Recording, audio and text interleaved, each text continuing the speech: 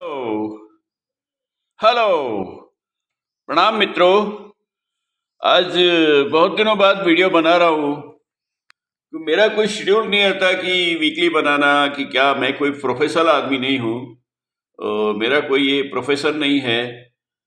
तो आज मेरा मन हुआ कि आज मैं वीडियो बनाऊं, क्योंकि कल की जो दिल्ली की जो ऐतिहासिक घटना हुई, बीजेपी की जीत की और केजरी के हार की, वो घटना एक ऐतिहासिक घटना है। उसके ऊपर मेरे जैसे व्यक्ति को चुप बैठना संभव नहीं है। तो सबसे पहले मैं ये कहना चाहता हूँ कि मैं पिछले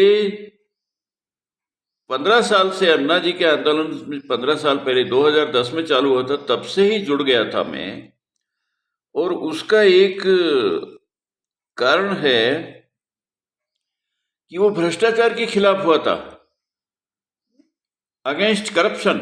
उसका एनजीओ का नाम भी शायद यही था, एनजीओ का कुछ नाम, फिर उसका अगेंस्ट करप्शन। तो उस वक्त करप्शन अपने चरम पर था।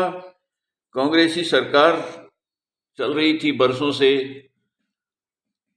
तो जरूरी हो गया कि पूरा देश एक करप्शन के खिलाफ जो अभियान या जो एनजीओ चल रहा था वो जुड़ना जरूरी था। और पब्लिक, करोड़ों लोग जुड़े, मैं भी जुड़ा, और मैंने तन मन धन से काम भी किया। और इस बेईमान केजरीवाल का जो एनजीओ था उसको मैं एक बार दिल्ली गया था, तो इसका ऑफिस ढूंढते ढूंढते मैं घंटों लगा के इसके ऑफिस में जाके उसको चंदा भी दिया था। उसकी रसीद है मेरे पास अभी तक। और उस चंदे का कोई बड़ी बात नहीं है। बड़ी बात यह है कि जयपुर से दिल्ली जाना, फिर उनसे जुड़ना, उसके घर में जाके, उसके ऑफिस में जाके संपर्क करना, तन मन धन से काम करने के लिए अपने आप को समर्पित करना, ये बड़ी बात है। ये बहुत मुश्किल से होता है। ऐसे मेरे जैसे लाखों लोग जुड़े, जो बहुत से अपना विदेश की नौकरी तक छोड़ के आए। ऐसे लोग मिले मुझे, अपना बिजनेस छोड़ दिया, नौकरियां छोड़ दी, घर बार छोड़ दिया। देश से भ्रष्टाचार मिटाने के लिए लोग किसी भी सीमा तक जाने को तैयार थे। ये बात इस बेईमान को भी मालूम थी कि इस वक्त ये जो टाइम है, ये लोगों का मूड करप्शन के अगेंस्ट में है। तो इस बेईमान केजरी को ये मालूम था कि अभी अगर अभियान चलाया जाए तो बहुत समर्थन मिलेगा। और इसने एक और चालाकी की कि अन्ना को जाके इसने राजी किया।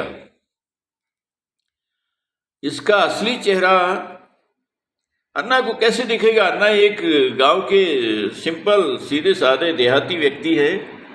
मैं उनसे दिल्ली में भी मिला हूं और उनके रानीगल सिद्धि में भी मैं करीब 3-4 बार जा चुका हूं, मिलता हूं। मेरे को पहचानते हैं, मेरे काम से भी परिचय है उनका, और बहुत प्रेम है मेरे प्रति।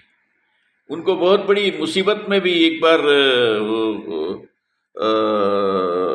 क्या नाम था, मनीष तिवारी ने उल्टा पुल्टा बयान दिया था, तो अन्ना को फंसा दिया था उस वक्त।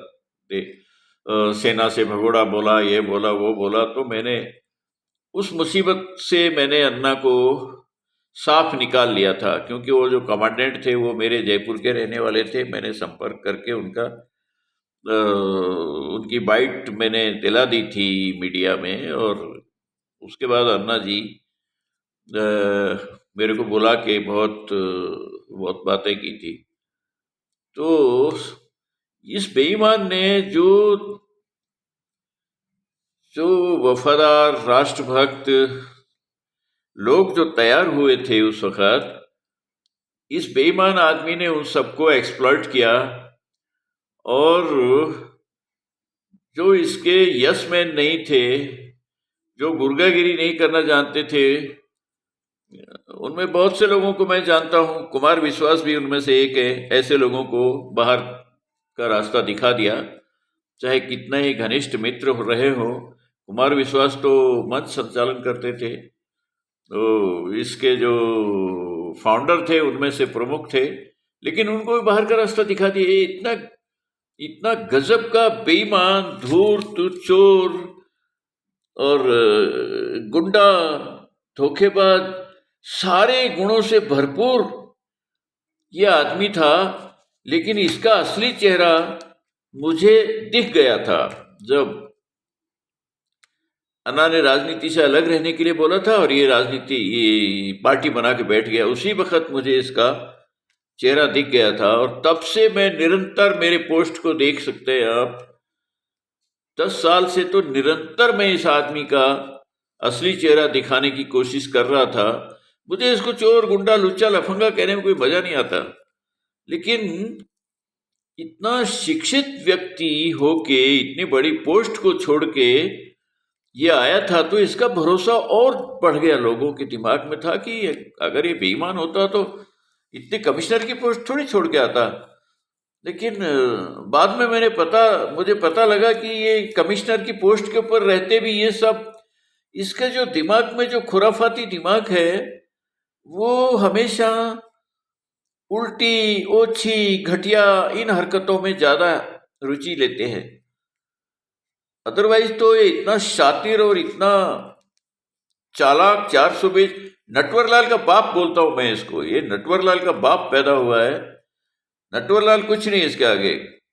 ये भारतीय राजनीति को एक नई दिशा भी दे सकता था, लेकिन बेसिकली इसके दिमाग में जो डीएनए है इसका बेईमान का, वो खुराफाती है। वो एक अच्छी दिशा देने में इसकी रुचि नहीं है। इसके दिमाग में येन केन प्रकारेण कैसे भी करके कुर्सी को अरे कुर्सी तो मिल गई थी, उसके बाद में तो लोगों की भावनाओं के अनुसार काम करते ना।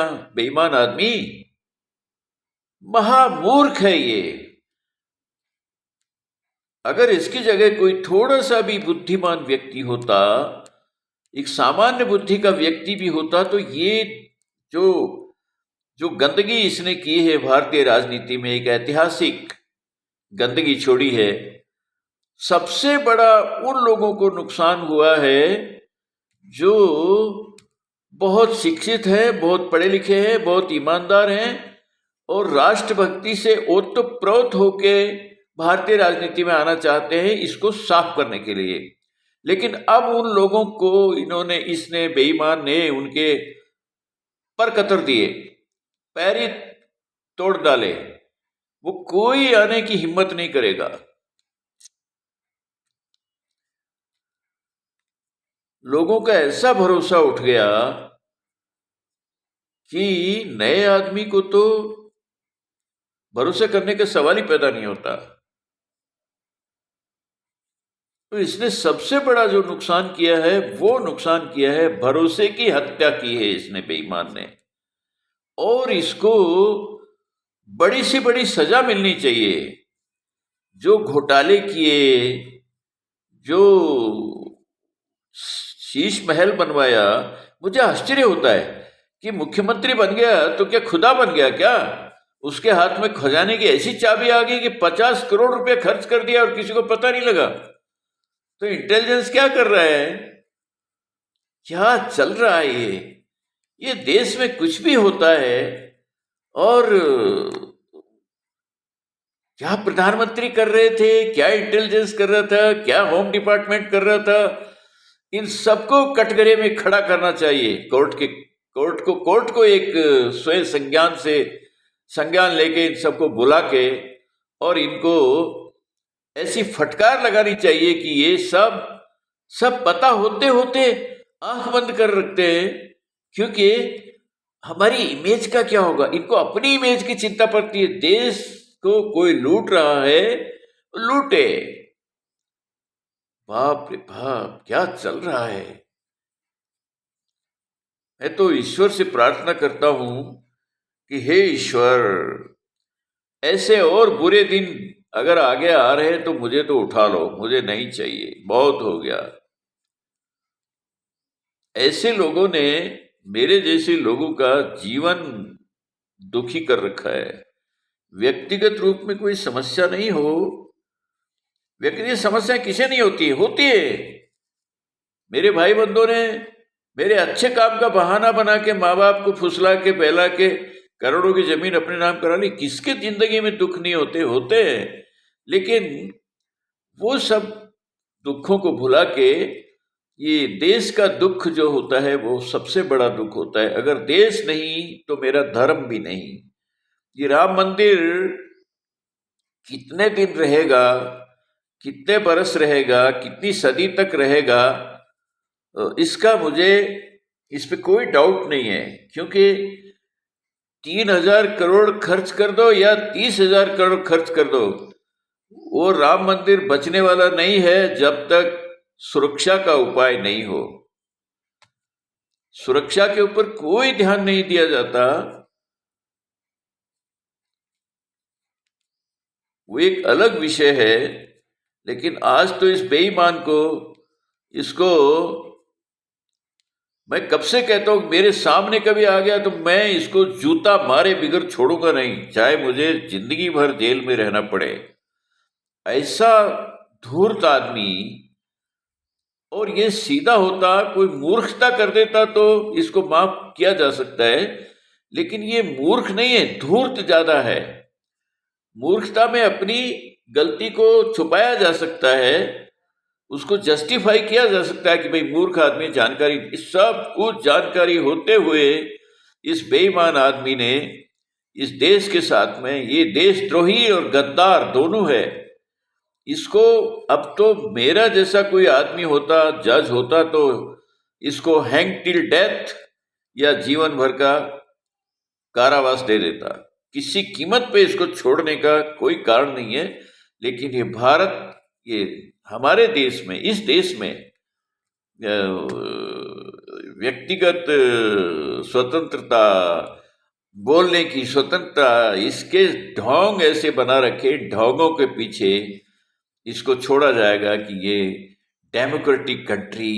ये डेमोक्रेटिक, कोई डेमोक्रेटिक कंट्री नहीं है, ये एक नमूना है। ये देश कोई डेमोक्रेसी नहीं है। ये, मैं पॉलिटिकल साइंस का विद्यार्थी रहा हूं, अभी भी हूं। ये डेमोक्रेटिक कंट्री नहीं है, डेमोक्रेसी से नहीं कहते।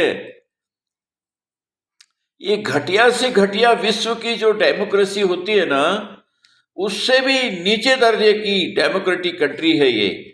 इसको कहते हुए मुझे कोई अच्छा नहीं लग रहा, मजा नहीं आ रहा, लेकिन सत्य को सत्य कहने के जैसा सत्य है वैसे का वैसा कहने के लिए मैं बाध्य हूं।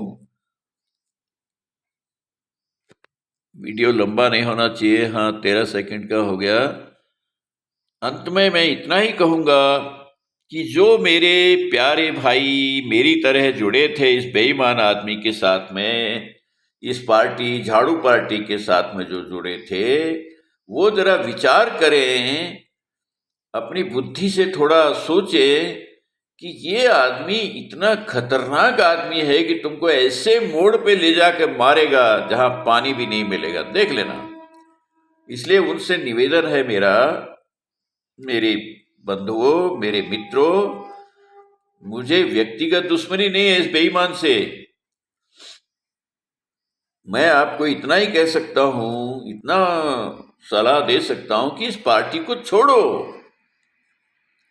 आपका कोई भविष्य कोई सुधरेगा नहीं। हाँ, इसके गुर्गे बनो, इसके चमचे बनो, फिर इसके इशारों पे नाचो, इसकी कठपुतली बनो, इस टाइप का आदमी है ये। और तुमको फिर भी कुछ मिलने वाला नहीं है। इसलिए अच्छा है कि राष्ट्रद्रोह, देशद्रोह का काम में मत साथ दो इस बेईमान का। अलग हट जाओ इस पार्टी से, किसी भी दूसरी पार्टी में जाओ या और कोई समाज सेवा का काम करो। जरूरी नहीं है कोई एक, ये कोई मोनोपोली नहीं है इस बेईमान की। लेकिन इससे जितना जल्दी हटोगे उतना फायदे में रहोगे। जितना ज्यादा दिन इसका साथ दोगे तो आखिर तो एक दिन तुम्हारी आंखें खुलेगी और तब बहुत देर हो गई हुजूर आते आते, बहुत पश्चाताप से भर जाओगे। इसलिए इसको छोड़ो। मेरी तो समझ में आ गया था बहुत पहले, 10-12 साल पहले मैं समझ गया था कि ये आदमी धोखेबाज है, इसके साथ नहीं रहना चाहिए, तो मैंने छोड़ दिया। कुमार विश्वास से पहले ही छोड़ दिया था मैंने। Okay, see you, bye.